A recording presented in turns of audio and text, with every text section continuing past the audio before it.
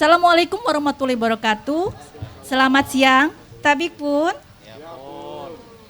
Pemirsa Metro TV Lampung, kali ini kita mengadakan talk show spesial HUT ke-46 Lampung Pos dan HUT ke-6 Radio Sai Lampung yang akan mengangkat tema talk show kali ini Lampung Penyangga Pangan Nasional dan Aman COVID-19.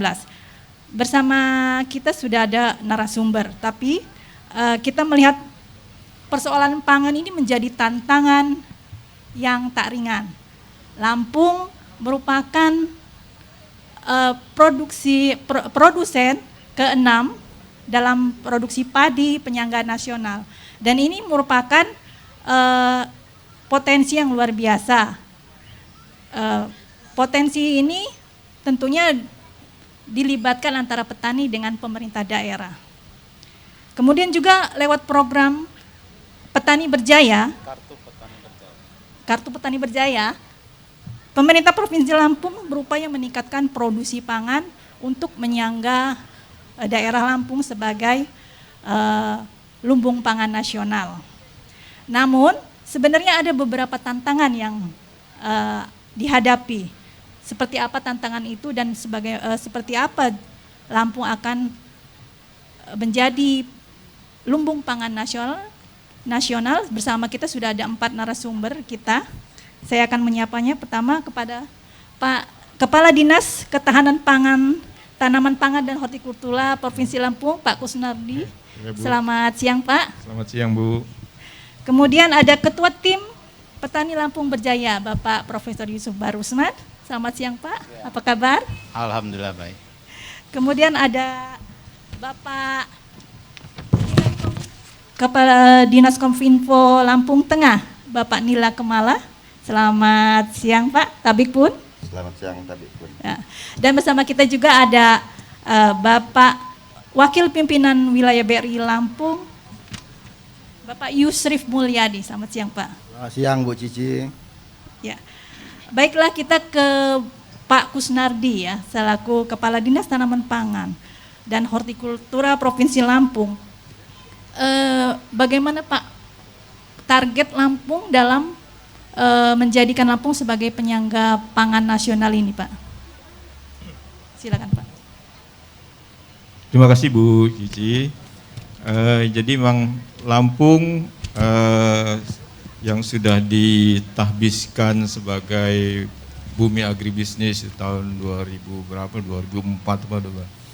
Ini memang terus mengembangkan pertanian sebagai salah satu ikon dari Provinsi Lampung, dan kita terus meningkatkan segala produksi yang ada di Provinsi Lampung.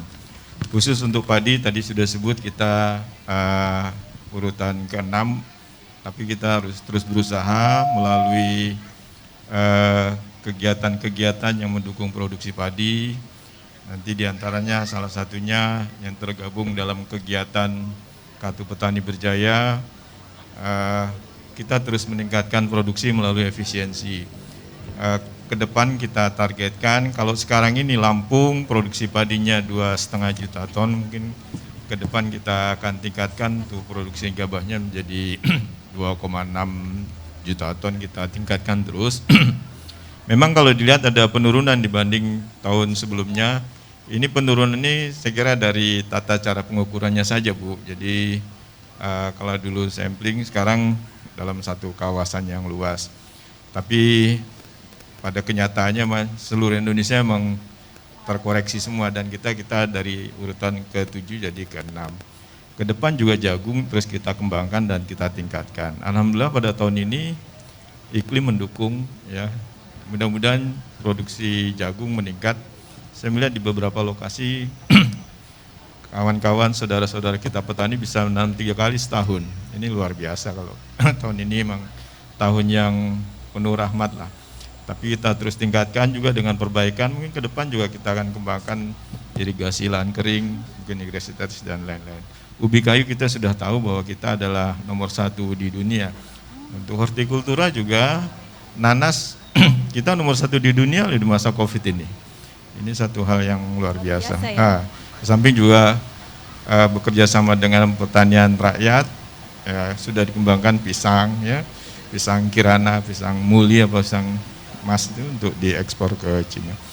Bawang merah juga kita sedang perintisan, tampaknya prospeknya cerah di Lampung. Ya, ke depan kita juga mengembangkan pembibitan bawang merah sehingga tidak tergantung dari Brebes lagi bibitnya. Ya, kita juga. Nah, semuanya ini kita perbaiki dari aspek produksi juga aspek kesisteman produksi. Ya, ini rangkumannya nanti Pak Profesor akan menjelaskan lebih detail lagi, Bu. Saya kira demikian. Ya, luar biasa ya sebenarnya potensi dari produksi pertanian di Lampung. Kemudian dalam pencapaian itu pasti kita akan mendapatkan kendala dan hambatan dalam peningkatan produksi tanaman pangan. Kira-kira bisa disebutkan apa kendalanya tersebut dan bagaimana Dinas Tanaman Pangan Provinsi Lampung mengatasi kendala-kendala tersebut, Pak? Ya. Jadi kendalanya ada teknis, ada non teknis. Kendala teknis antara lain ya kita berusaha meningkatkan produksi dengan menambah indeks tanam. Tapi musuhnya kalau kita lebih sering nanam, organisme pengganggunya juga semakin banyak, ya, karena makanannya tersedia terus itu. Oleh sebab itu kita terus melakukan pengawasan pakai CD atau early warning system, membentuk satu sistem jaringan pengendalian OPT. Dari segi pupuk juga demikian. Ini pupuk subsidi kan ada dua kerawanan. Yang pertama dia digunakan untuk non subsidi, belinya dengan subsidi tapi diberikan pada pihak-pihak yang tidak berhak untuk menikmati atau mendapat pupuk subsidi, sehingga harusnya ini produksinya meningkat untuk pangan tapi tidak juga meningkat. Yang selanjutnya juga pupuk palsu. Bisa ditahan Pak, nanti kita akan lanjutkan setelah ini. Gitu. Ya. Baik pemirsa Metro TV, Lampung masih banyak yang akan kita bahas, tapi kita akan jeda untuk pariwara berikut ini.